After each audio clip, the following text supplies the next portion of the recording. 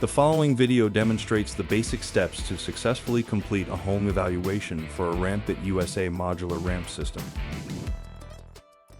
Each step of the evaluation process should be documented with photographs and on the provided evaluation checklist.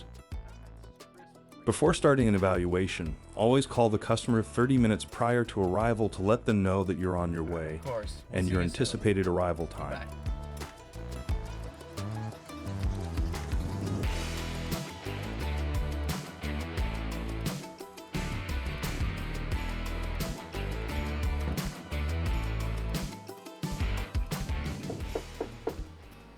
Once you arrive at the customer's home, introduce yourself to the customer, and if they're a veteran, be sure to thank them for their service.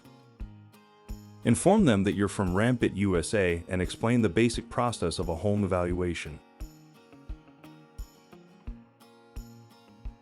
If the porch, steps, or entryway has handrails, be sure to ask the customer if they can be removed if necessary. You should also take a moment to get to know the customer's specific needs, walking the property with them, if necessary, and answering any questions they might have. At this time, you should also determine the type, and if possible, make and model of the mobility device being used by the customer. You may have to ask someone else if the customer is not present. Before the customer returns inside the home, you should always ask if there are any other areas inside the home that may require a threshold or portable ramp and document each area accordingly.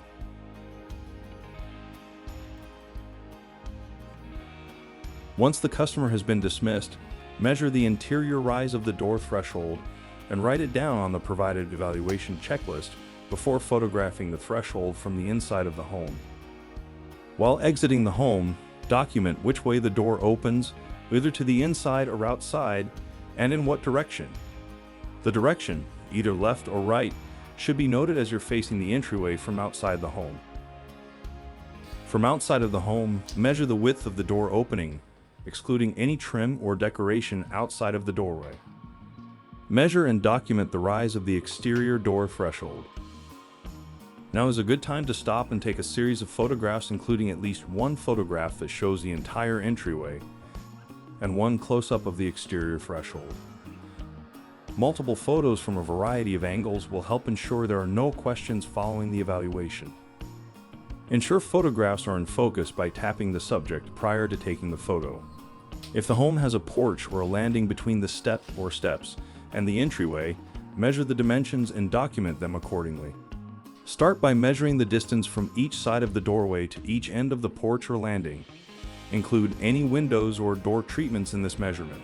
Next, measure and document the width of the entire porch or landing area. It's important to note that the width will always be parallel to the entryway.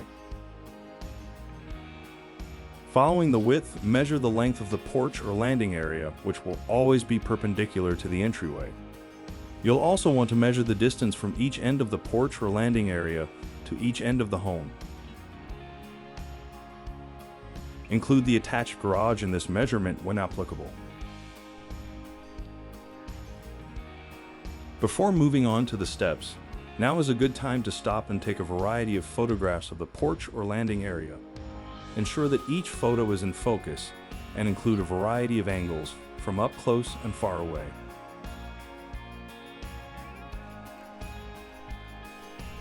Begin evaluating the steps by measuring and documenting the total width, total height,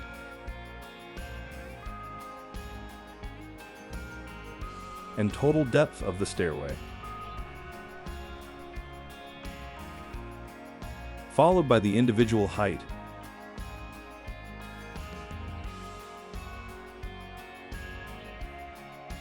and individual depth of each step.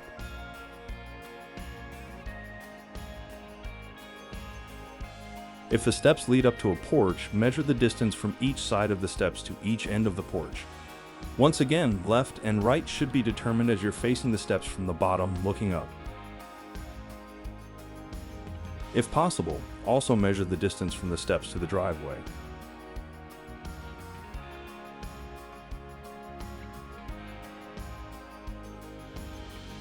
Finally, if applicable, measure the width of the sidewalk at the beginning, middle, and end.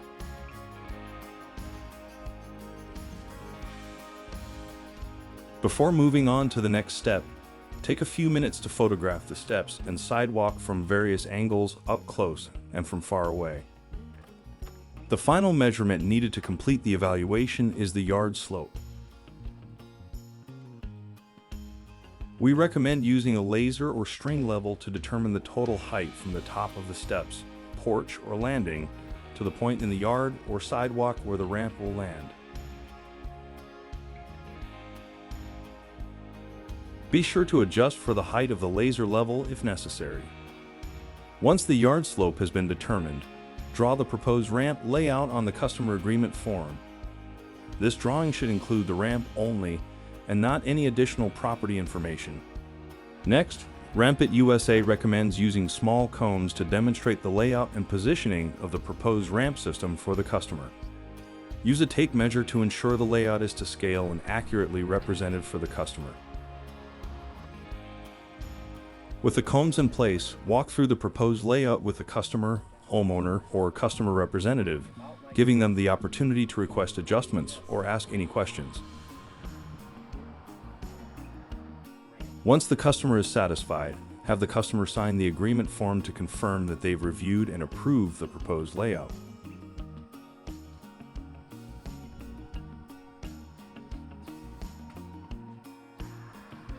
Keep one copy for your records and leave the additional copy with the customer.